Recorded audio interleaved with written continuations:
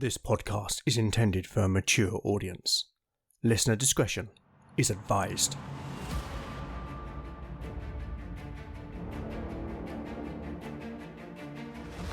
Welcome back to Legend of the Bones.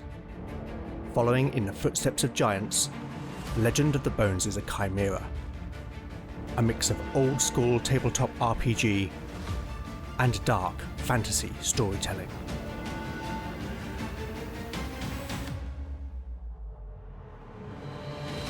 As its name might suggest, in Legend of the Bones the dice rule. There'll be no rerolls, no fudging the dice, no metacurrency. The roll of the bones will determine the character's destiny, and no one will be spared their fate. None shall escape the destiny of Bone.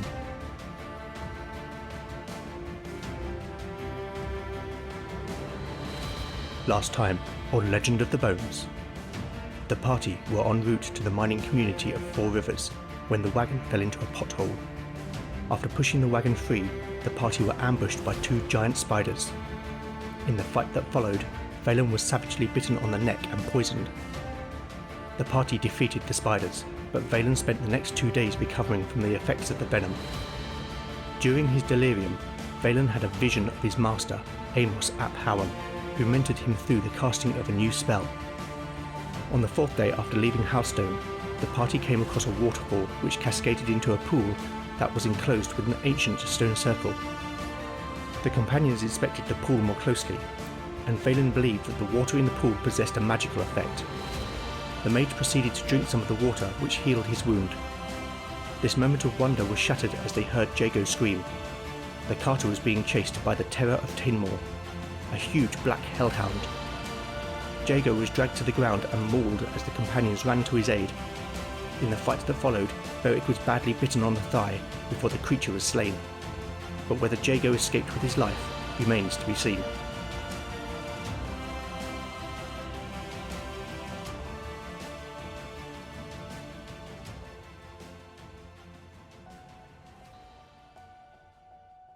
Chapter 9, Part 1. Day 17. Midday. Party status: Beric, 5 out of 9 hit points. Lena, 6 out of 6 hit points. Kia, 4 out of 4 hit points. Valen, 4 out of 4 hit points. Spells available: there are no spells available. For a moment, the companions stared at the still corpse of the monstrous black hound. Its body cleaved, and the fire that had burned in its red eyes extinguished. As they looked upon it, wisps of black fog began to seep from the creature's nostrils and mouth, and soon the body was completely obscured. A chill wind suddenly blew, and the companions were forced to cover their eyes as the fog swept up. But when the mist had dissipated, no trace remained that the hound had ever existed. Kia went over to the motionless and prone figure of Jago. The ground was dark with blood from a savage wound on the carter's throat, and the man's jerkin and skin on his back had been shredded by the hound's vicious claws. Kia knelt and placed his finger on Jago's neck. The rogue sighed before looking back to the companions and shaking his head. "This is my fault," Valen said. "If I had not wished to stop, then Jago would still be alive." "No," Lena insisted. "You must not blame yourself." "Lena's right, Valen, and neither would Jago hold you to blame," Kia added. "Perhaps, but I should have known that the power in this place might attract something evil." "What was it?" Beric asked, wincing. "I cannot be sure, but I have heard folklore of such a creature. A monstrous hound spewed from the depths of hell to prey upon the living. The legends call it the Terror of Tainmore, and whilst we have sent it back from whence it came, it will surely find new paths back to stalk the mortal realm once more." Beric took a sharp intake of breath, and it was clear that the big man was in considerable pain. "Come, Beric, let us attend to your wound." Beric allowed himself to be supported by Kia as he limped up the slope towards the pool. "Gods, you're heavy," Kia commented. Beric half smiled and half grimaced at the rogue's jest. Once inside the stone ring, the big man slumped down against one of the boulders, whilst Lena emptied her water skin and refilled it before handing it to Beric. The fighter drank deeply, and like Valen before him, Beric instantly felt the water's vitality flowing through his entire body as the pain in his leg evaporated. "The Nine be praised." There was no hint of complacency in Lena's words, a look of wonder on her face. "We should fill all our skins. That water will be useful," Keir suggested. Sure enough, the water here is pure, but I suspect that once the water leaves the ring, its healing properties are lost. Valen replied. "Well then," said Beric, who was back on his feet. "There's nothing else for us here. Let us to Four Rivers."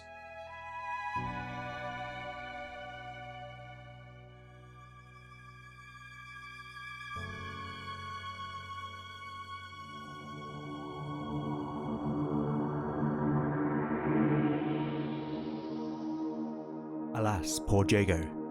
He did have a chance of surviving the Hellhound's attack, but the dice were not on his side. With the bonus for attacking a fleeing enemy netting off Jago's dexterity bonus, the Hellhound only needed to roll a 10 or more. I rolled this off Mike, and I got a 19. Then I rolled the damage, and I got a 6. If he had lived, then perhaps he might have joined the party, but I guess that was not meant to be. But let us now look forward, because this episode is a significant milestone. All of our characters have reached level 2. Now in some regards, the ascension to level 2 is perhaps the most important, because it takes the characters out of the one hit and killed territory, and this is particularly the case for magic users and rogues, who start out terrifyingly weak. To remind you, in Legend of the Bones I am not ascribing experience points or levelling up characters in the manner described in the basic expert rules. Instead, characters level up after 8 episodes until level 3, and every 10 episodes thereafter. With regard to levelling up, I am using a 2-stage process for each character. Firstly, I will roll hit point increases, though the roll will min out at 50%. For example, as a fighter, Beric's hit points will increase by 1d8, but a roll of 1, 2 or 3 will mean a result of 4. I think this approach will avoid the party being overpowered, particularly against enemies of a similar level, and therefore will maintain a sense of threat and risk. Secondly, I think it is realistic that the character's ability scores may increase through experience. It makes sense that characters will become stronger, smarter and more agile through their experiences, and therefore I am adopting a system of ability score advancement that I have seen elsewhere. Simply put, I will roll a d6 for each ability score, and if I roll a 6, then that attribute will increase by 1. However, no attribute will ever exceed a score of 18. There is of course one final step to levelling up, which will be to randomly roll any new spells gained by magic users. Okay, so let's start with Beric. First up, let's roll hit points. A 7. With his constitution bonus, Beric's hit points increase to a very impressive 17, and boy is he going to need them in the days ahead. Now for ability score increases. Rolling a d6. Strength. A 2. Intelligence. 5. Wisdom. 5. Dexterity. 4. Constitution. A 6. That takes his constitution to 14. It doesn't affect his hit points, but I am not complaining. And charisma. 5. Well, all in all that was a good level up for Beric. Next up, Lena. Hit points. A 4.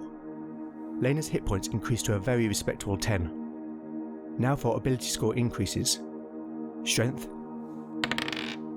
3. Intelligence. A 6. That raises Lena's intelligence to 11. Perhaps those long conversations with Valen have helped. Wisdom. 3. Dexterity. 1. Constitution. 4. And charisma. Another 6. That takes her charisma to 13, which will confer +1 to reaction rolls. I think this might reflect Lena becoming less stuffy and more open to others from differing backgrounds. That was a great result for Lena. But we are not finished yet, because in addition, as a second level cleric, Lena now has the ability to pray for miracles, or divine spells as they're sometimes known. The basic expert rules require the cleric to pray for specific miracles at the start of the day. This doesn't feel realistic to me. Surely a priest would pray for divine intervention in response to a specific event. Therefore, in Legend of the Bones, clerics are not required to select spells at the start of the day. They can pray for any of the available miracles at the point of needing it. However, they can only do so the number of times specified by their level. This means that Lena can pray for one first level miracle once per day. I have some other house rules regarding clerics and divine magic, which I will explain as it comes up, but you can find all of my house rules at legendofthebones.blogspot.com. Now Lena has not yet realised that the 9 are watching her closely and listening to her prayers. Perhaps they wait for when her faith will be tested to answer her call. Okay, now to level up Kier. Hit points. A 3. The rogue's hit points will increase to 7. That's a good result. Let's see whether he gets any ability score increases. Strength 1. Intelligence 5. Wisdom 2. Dexterity a 6. That takes Kier's dexterity to 14, which whilst it does not confer any additional bonuses, clearly all that practice with the bow has paid off. Constitution 3. And Charisma 1. As a rogue, Kier's thief skills will also improve, but as I am following the basic expert rules for this, I do not intend to go through them here. Finally, let's see what the dice hold for Valen. Hit points. A 3. Like Kier, Valen's hit points will rise to 7. That was a good roll. Will he get any ability score increases like the others? Let's find out. Strength 2. Intelligence 2. Wisdom 2. That's a shame, given that Valen has a penalty here. Dexterity 3. Constitution 3. And Charisma 4. That is a little disappointing given that the others have benefited from ability score increases.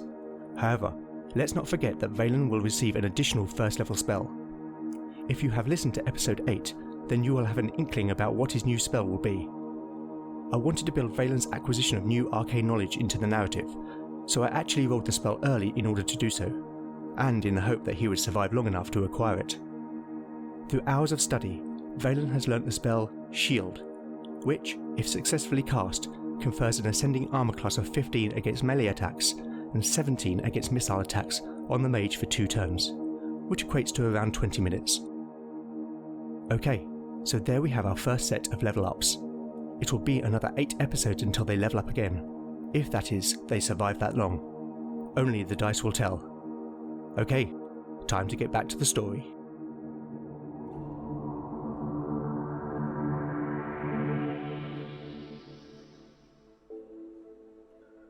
Chapter 9, Part 2, Day 17, Early Evening. Party status: Beric, 17 out of 17 hit points. Lena, 10 out of 10 hit points. Kier, 7 out of 7 hit points. Valen, 7 out of 7 hit points. Spells available: there are no spells available. The twins loomed like a behemoth over the mining community of Four Rivers as the sun on its westerly descent glistened like a million diamonds on the surface of Tane Lake. Four Rivers could not be described as a town, or even a village, for it was neither. Rather, it existed with a singularity of purpose, but one which seemed to lack permanence. A dirt road ran north-south through the centre of the settlement, which was lined with simple timber dwellings on either side. 2 buildings stood out among the others. A large structure, situated in the middle of the settlement on the west side of the road, was identified as an alehouse by the crudely painted sign which hung outside. The other was a thatched hall, which stood at the southernmost end where the road terminated. Kier now drove the wagon, which trundled down the strangely deserted road. Earlier, Beric had dug a grave for Jago close to the stone ring, and after Lena had administered last rites, they had laid the carter's body to rest. They had not much known Jago, but he had been good-humoured and generous, and he did not deserve his fate. It could not be described as a good death. The companions had not spoken since. Each kept their own counsel in quiet reflection. Lena was troubled. Her recent conversations with Valen, and what she had seen at the Pool of Healing, had made her feel uncertain. She could feel doubt gnawing at her. She had always been so sure in her faith. She had seen miracles. The divinity of the Nine made manifest on Erden.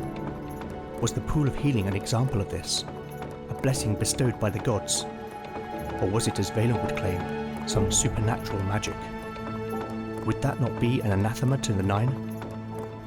The Church condemned sorcery. The Brethren took this literally, of course. But conventional wisdom was that sorcery was unleashed upon the world by Mordgren, the Lord of Hell, and that those who practiced it were gambling with their immortal souls. Suffer not a witch to live. That was the scripture. She looked over at Valen. The mage, as usual, was studying his spellbook. Lena felt fascinated by him. His experiences were so unlike her own. She could sense that he was conflicted, but she also knew him to be kind. How then could she reconcile this with the teachings of the Church? Her only answer was prayer. She would pray for the Nine's guidance. She would reflect on their wisdom. At that moment, Keir brought the wagon to a halt outside the hall. Like the other buildings in Four Rivers, the hall was a timber structure. The window shutters and doors were closed, though the soft yellow glow of torchlight seeped through the gaps. The companions alighted the wagon and approached the doors. The murmur of voices could be heard from inside, but when Beric knocked on the door, they fell silent. Who goes there? A voice demanded from the other side of the door. We are sent by Brannock, Reeve of Halstone, to investigate the trouble here, Beric responded. There was some muffled chatter beyond, and presently the door was unbarred and opened. A man with a dirt-smeared face and soiled clothes stood at the door. He nodded his head to indicate the companions should enter, which they did. The hall was perhaps 30 feet long and 20 feet wide. There were no adornments. Clearly this was a functional building. Against each of the long walls was a row of benches, upon which sat men and women, and even the occasional child. Others stood as the benches were crammed, and there must have been over 100 people present. In the centre of the hall was a pit in which a small fire burned, beyond which was a man in his 40s who was clearly in charge. The man had cropped grey hair that was receding, and his face was lined. Standing next to him, to the surprise of the companions, was a dwarf. The dwarf's hair and beard were long, and a rich chestnut colour, whilst his eyes, which were brown, seemed both youthful yet wise. The companions approached the pair, aware that all eyes were upon them. A few of the folk whispered to each other as they passed, but all fell silent as the man spoke. Welcome. I am Marben, foreman of the Four Rivers Mine, the man said, a look of inquiry on his face. I'm Beric, the big man responded. And this is Lena, Keir, and Valen. We are sent by Brannock of Halstone. Are there no more of you? Marben asked, clearly concerned. No, the Reeve cannot spare more men. We did accompany a carter, a man named Jago, but we were attacked on the road and he was killed. Well then, all is lost.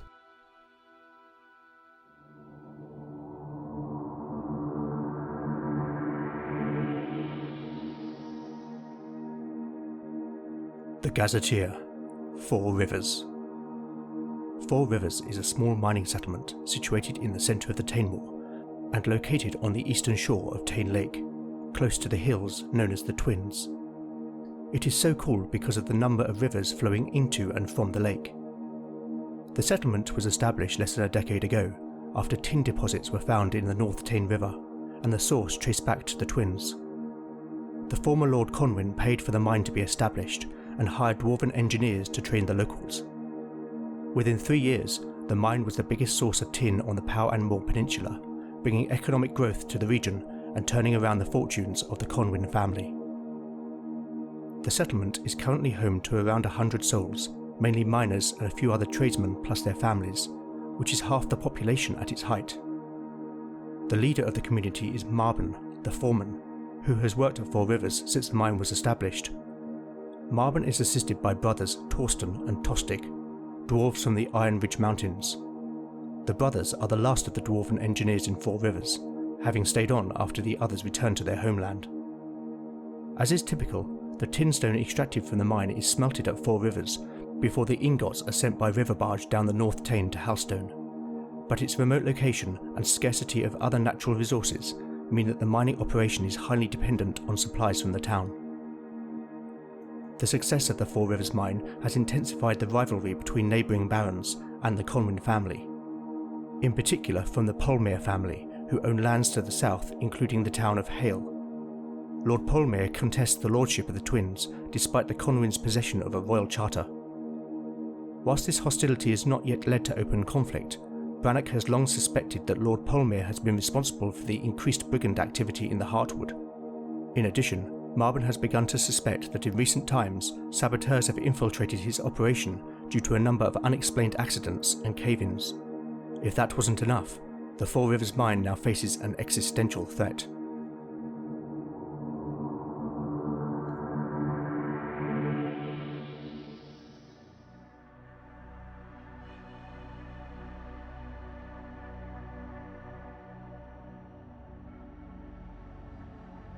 Chapter 9, Part 3, Day 17, Evening. Party status. The party status is unchanged. Marbon's status as foreman was not much reflected in his home, which is hardly indistinguishable from the other dwellings in the settlement, which in itself said something about the man. To say that his home was modest was an understatement, given his position. It consisted of 3 rooms, 2 bedrooms and a living area which also served as a kitchen. The companions' arrival in Four Rivers and the news that they were fewer than was hoped had caused much consternation among the folk, and the foreman had ordered them to disperse. Only the dwarf, Torsten, whom Marbon seemed to treat as an equal, had accompanied them to the foreman's home. Marbon's wife, a round woman with a kindly demeanour named Elsbeth, had prepared food, and after they had eaten, the foreman had laid a map of the mine out upon the table and began to explain the troubles facing Four Rivers. The situation is dire. The men are no longer prepared to enter the mine, Marbon stated. It began 3 weeks ago. The men work in crews of half a dozen. I had assigned a crew to work on a new face deep in the mine. The foreman pointed to a point on the map. We'd found evidence of a new vein there, so I sent one of my best men, Pevan, to lead them. There was nothing unusual about it, and the men set off in good spirits, but that evening none returned. Marbon paused for a moment. The next day I sent 3 more crews, again led by experienced men. With the tunnel being new, I thought perhaps they got lost on the way back. Underground it can be quite disorientating. For humans, maybe. The dwarf interjected. Marbon seemed unconcerned by this interruption, as if he was used to the dwarf's manner. Aye, Torsten, Marbon said, acknowledging the dwarf's point before continuing. Anyhow, 2 of the crews returned, having found nothing. But the 3rd crew, the one that went to the new face, they never came back. Marbon sighed. And you found no trace of them? Beric asked. Marbon looked to Torsten. The dwarf cleared his throat before taking up the tale.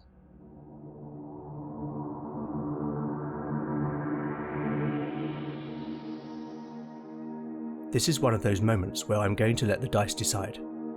I am going to use the simple D6 oracle to determine what happened when Torsten and Tostig went down the mine in search of the missing men. Firstly, I want to know whether they found any survivors. A 6. That is a yes and. Okay, so now I want to know whether that survivor was injured.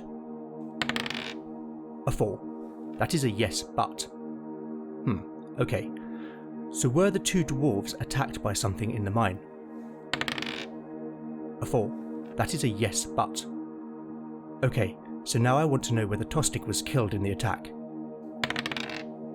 A 5. That is a straight yes. Right, so let's find out what all that means.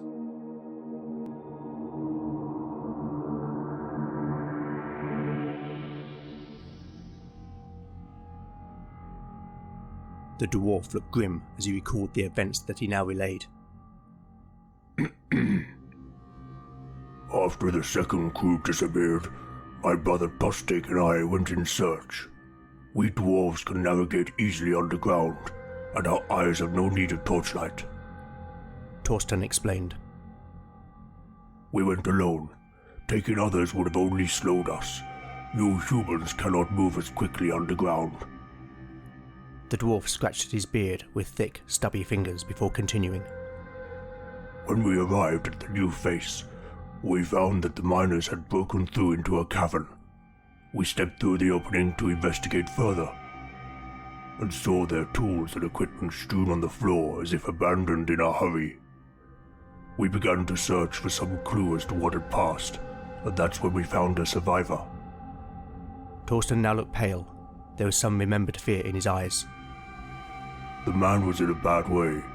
He bore an evil wound to his stomach, and it was clear that he was near death. We gave him water. We tried to get sense out of him, but he was delirious, or else he had lost his mind. He passed there and then. A few minutes went by. Tostig and I were debating what to do next. Suddenly, something grabbed Tostig from behind. It was the dead man come back to life. It knocked Tostig to the ground, and before I could react, the thing was upon him. Torsten's voice was now thick with emotion. I cleaved his head with my axe, but it was too late.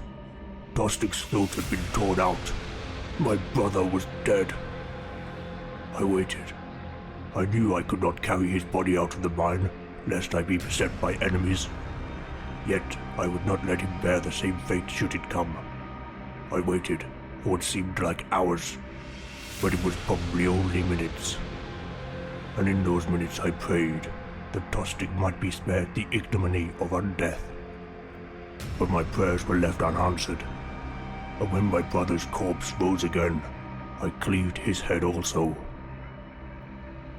Silence fell upon the room, and it was some time before anyone spoke. Eventually, Marvin cleared his throat. So you see, the mine is cursed.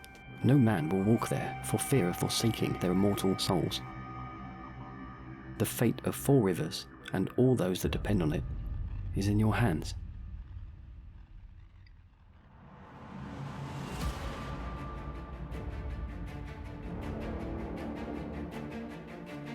Thank you for listening to Legend of the Bones. If you like what you've heard, then please consider giving it a 5-star review in your podcatcher of choice.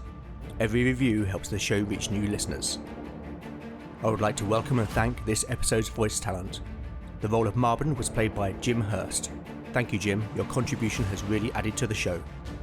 You can help by liking or retweeting new episode announcements. You can contact me on Twitter at LegendBones, Instagram at LegendOfTheBones, email at legendofthebones@gmail.com, or go to legendofthebones.blogspot.com for show notes, character profiles, maps and more.